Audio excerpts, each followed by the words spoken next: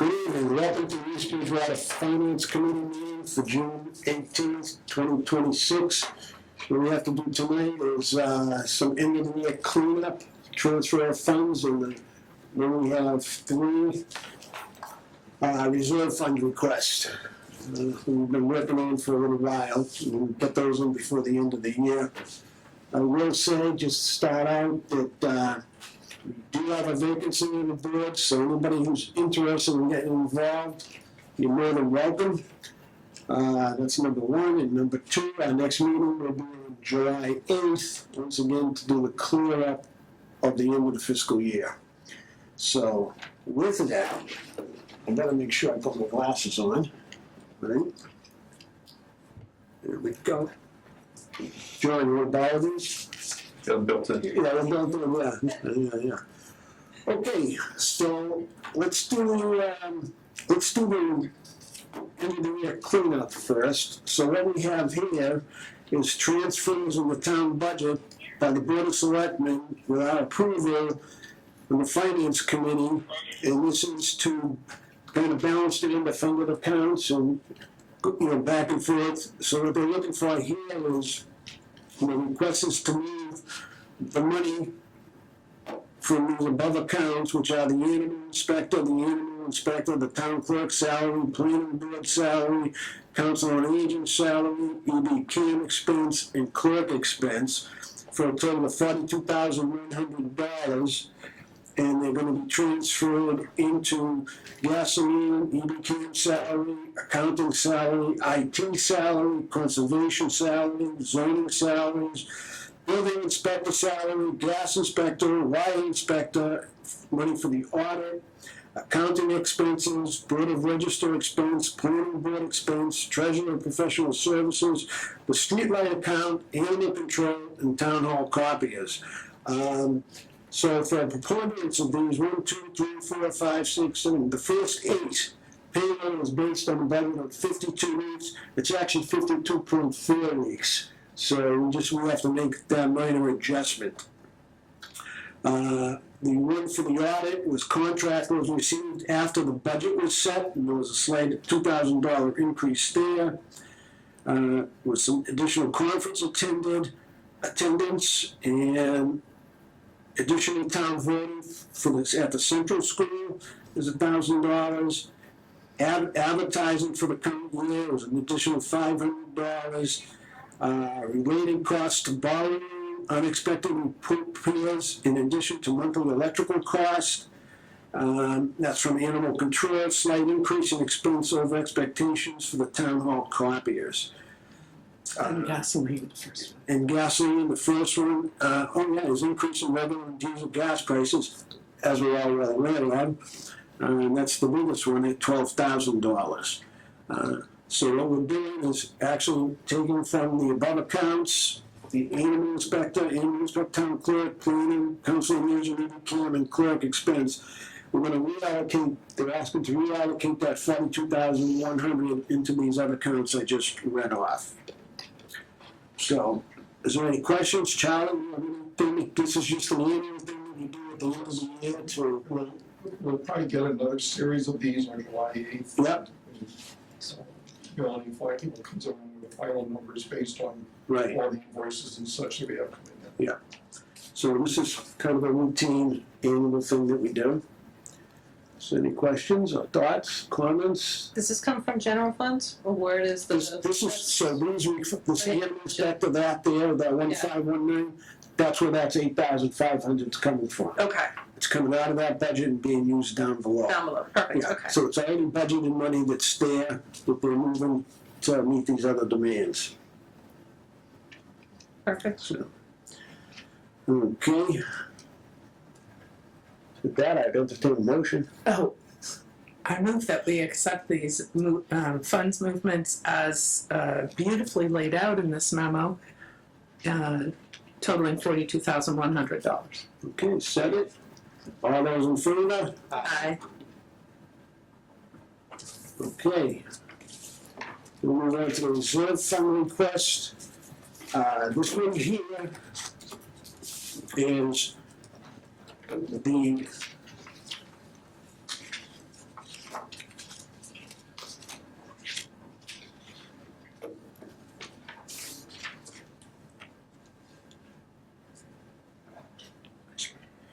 Okay, all right, so this is a request made by the police chief, in the amount of $6,689.51 to be transferred into 01-210-520-5247. It's used to pay Colonial Ford of Plymouth for a repair to a transmission and drivetrain. And, you know, it wasn't expected, it wasn't normal maintenance. So we have the quote here from them and the invoice, so $6,689.51. So this will give us a little more life out of the cruiser. I understand that the warranty had just expired. Literally 1,500 miles ago. Right. So I actually, our fleet maintenance supervisor, worked with Colonial Ford to actually get some relief, and Colonial Ford Because originally it was $8,400, and they were able to, working with Colonial Ford to get some relief there. So Joe has about 14 hours in the phone back and forth trying to make this happen. Well, that makes up the difference with saying. Well, we appreciate his effort. Yes, sir, we can't deny that. Okay, if anybody have any questions for that? No. All right, I move we accept as read. okay, is there a second? Second? All those in favor? Aye. Aye. 1, 2, 3, 4, 5.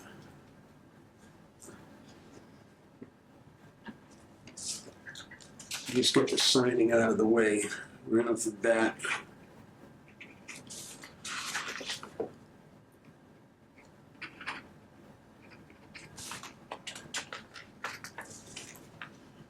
Okay. The next request we have is from Charlie, the department head, for $9,500 to install netting above the left field fence at the baseball field next to town hall. The netting will prevent baseballs from going over the fence and damaging vehicles in the police station section of the parking lot beyond the fence. So this is something just started happening with this, Charlie, or? For some reason, this season, we had a lot of people pulling into the left field. It's obviously the closest, it's sort of like the wall.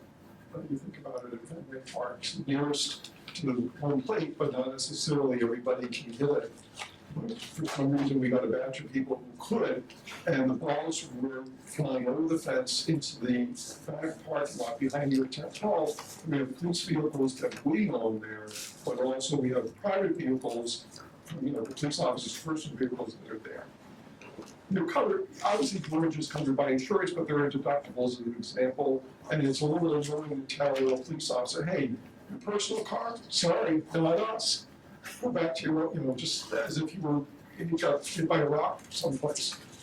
But, so, we'd like to put the net up to avoid all these incidents from happening.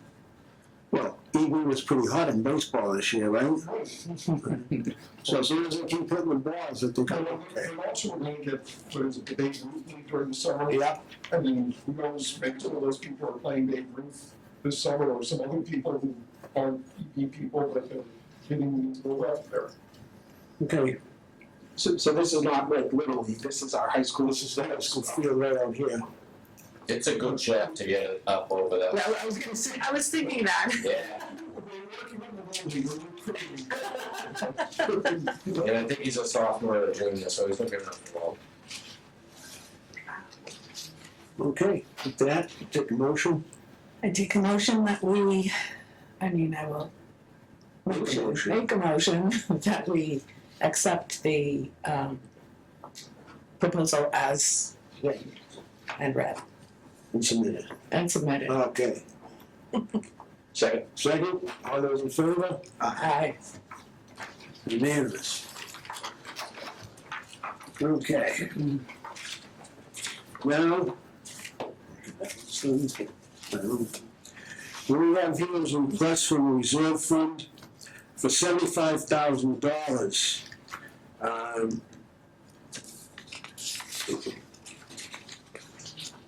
And this is for the school heat and gas bill this year. We know, well, I'm gonna touch on it, and if you have something to add, we'll add to it. We had increased costs of course with fuel and energy this year, that was part of it.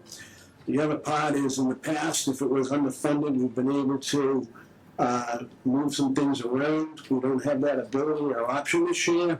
So working together, the whole request, originally the deficit was like 150. 57. Wow. Yeah, so, yeah, so over budget. So they worked together, they came up, they used, call it the old system away, and they were able to come up with the 75,000, which is great, but we still need 75,000 from the reserve fund. So, Put your signature on the first one. Hmm? Your signature. There's two There's- pages. I didn't sign these, so jeez. So what are you signing? Question? You sign the first, oh, sorry. Yeah, so, that's good. My question is, if we're looking at a shortfall, the new budgets that are coming up, will those adjusted accordingly? Very good question. So, I'm happy because we've had this discussion already. well, we're fixing this for next year. So what we're doing is that this money falls now into the DPW for facilities and stuff. We have townwide gas and fuel for everybody else spread out. We're gonna take it out of the DPW budget for next year, and we're gonna put it into the town budget, so that they're not burdened with this. So, for the budget that was passed, for the base for going off next year, that money will be moved into the town budget, and the extra funding will come in with the town. And that will give them the opportunity to not absorb the whole town's cost. So, I mean, you wanna add to that, John? Just to follow up on that, we'll still manage the accounts for, Yeah. billing will all come through us, payables and whatnot. But it is essentially what we've identified, heat and electricity and whatnot need to be looked at, their fixed costs. To operate, it's a fixed cost, it's Yeah. a big point, fuel, whatnot, it's a townwide expense, and it needs to be addressed at the beginning of the budgeting season, Yeah. and then, Yeah. forward. And And we this will take out some of that variable. Yeah, that's a good idea. Yeah, townwide, that would make sense, you know, it's just like electricity, et cetera, things like that. You do the same thing with your electrical accounts, Tom. Yeah. Yeah. All right, any other questions?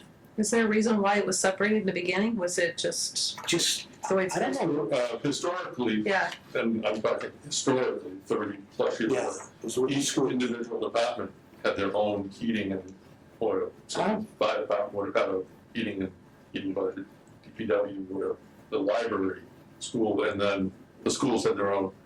And when the departments were, or maintenance was consolidated on the facilities, the budgets were transferred and it was absorbed into, and that was, and historically, it's always been underfunded. Yeah.